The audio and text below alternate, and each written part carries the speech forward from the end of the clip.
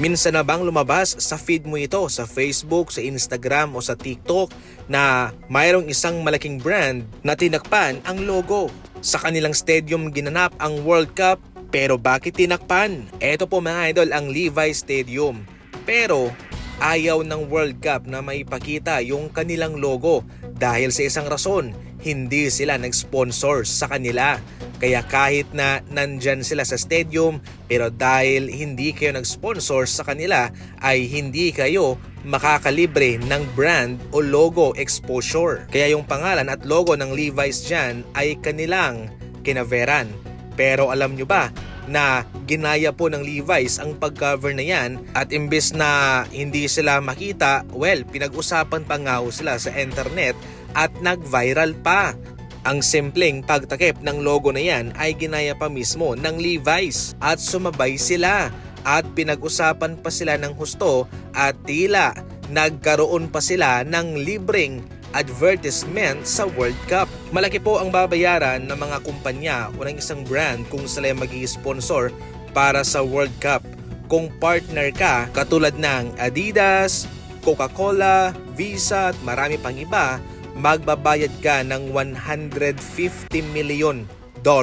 Bali yung branding mo ay makikita sa lahat mga idol, global. Kung sila ay partner, ngayon sa mga sponsor naman ay pwede kayong magbayad ng nasa $50 million to $100 million.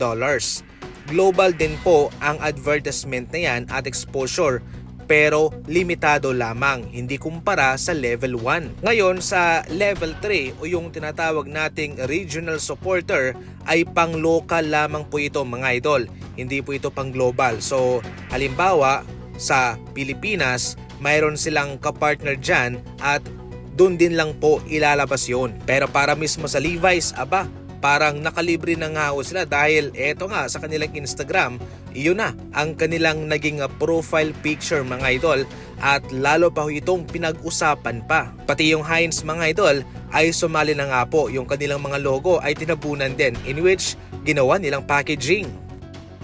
Balitang basketball naman, alam nyo ba na itong si Bradley Beal ang pang-apat na mayroong pinakamataas na sinasahod sa Phoenix Suns? Pero wala siya doon, nasa Clippers po siya. Well, eto kasi ang nangyari, binayout siya ng Phoenix Suns at yung kanyang kontratang natitira doon ay in-stretch sa multiple years. Para sa next season, sasahod siya mga idol ng nasa $19.3 million. Pero hindi po siya naglalaro para sa Phoenix Suns. At sa Clippers naman, meron pa siyang kontratang nasa $5.6 million para sa next season. Grabe, injured si Bradley Beal, nagpapagaling, walang ginagawa, hindi naglalaro, pero patuloy na sumasahod. Ito ang potential starting lineup ng Golden State Warriors kasama si LeBron.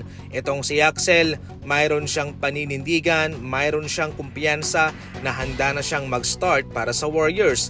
At considering na siya'y matanda na, 24 years old, ay pwede nga po siyang makita sa starting lineup ng Golden State para sa bagong season. Nandiyan din po si Kristaps Porzingis, Draymond Green at LeBron James, Stephen Curry. Pinaniniwalaan ng mga NBA insider na ang Golden State Warriors ay ang dark horse para makuha si LeBron James. Mapahanggang ngayon kasi ay wala pa ring binibigay na offer o kontrata ang Lakers sa kanya. Samantalang yung Golden State Warriors, solidong $15 million ang kanilang maibibigay para sa kanya. Babantayan pa naman ni LeBron James kung ano ang gagawin ng Lakers sa free agency.